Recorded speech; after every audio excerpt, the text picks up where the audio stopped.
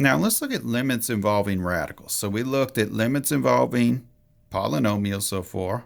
We looked at limits involving rational functions. Now let's look at radicals. What if I have this limit? If I were to try to sub in 4 right here, I'd have 4 minus 4 is 0 up top. Then I'd have the square root of 4, which is 2, minus 2 is 0. I don't want undefined at that bottom. I don't want 0. In fact, if we have 0 over 0, that's really what we call an indeterminate form that we're going to get to later.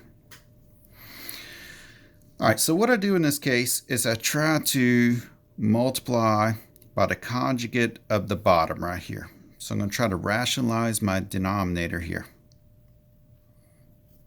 I'm going to have the limit as x approaches 4 of x minus 4 over square root of x minus 2. And what is the conjugate of this bottom part? It's the square root of x plus 2. Now I have to multiply the top and the bottom by the same thing. So let's see, that gives me the limit as x approaches 4. And what do I have up top? What am I going to get? Let's just go ahead and keep this as x minus 4 times square root of x plus 2 in multiplied form like that. But the denominator, let's go ahead and multiply that out. Square root of x, square root of x. If I multiply, I get x. What happens to my outer and inner terms? I get negative 2 square root of x plus 2 square roots of x, and then I get minus 4.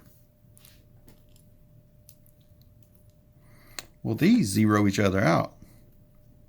So I'm left with the limit as x approaches 4 of x minus 4 times the square root of x plus 2 over x minus 4. What happens here? These divide out, and we have the limit as x approaches 4 of the square root of x plus 2. Now I can sub in 4 here. Square root of 4 plus 2 is 2 plus 2, or 4.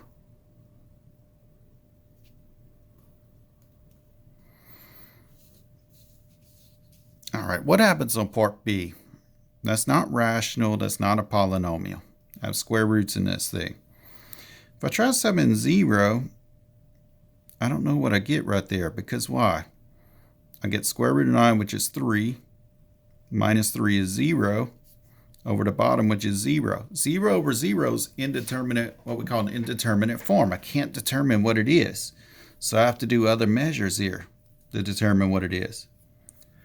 So I'm going to have the limit as x approaches 0. Let's take this original function right here. And let's multiply by the conjugate of the top now. Notice we're multiplying by the conjugate at the top because that's where a radical is. Last time it was conjugate at the bottom because the radical was at the bottom. So conjugate at the top is going to be square root of x squared plus 9 plus 3 over itself.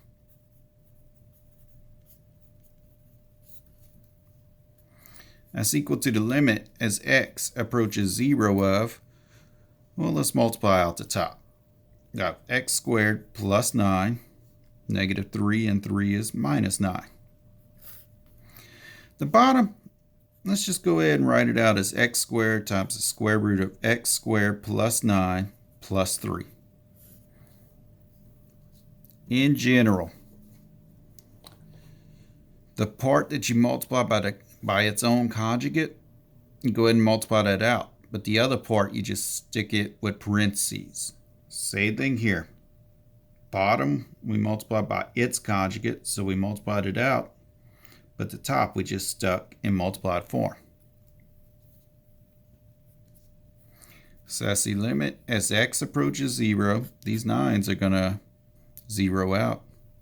And these x squares will divide out. So I'm left at 1 over the square root of x squared plus 9 plus 3.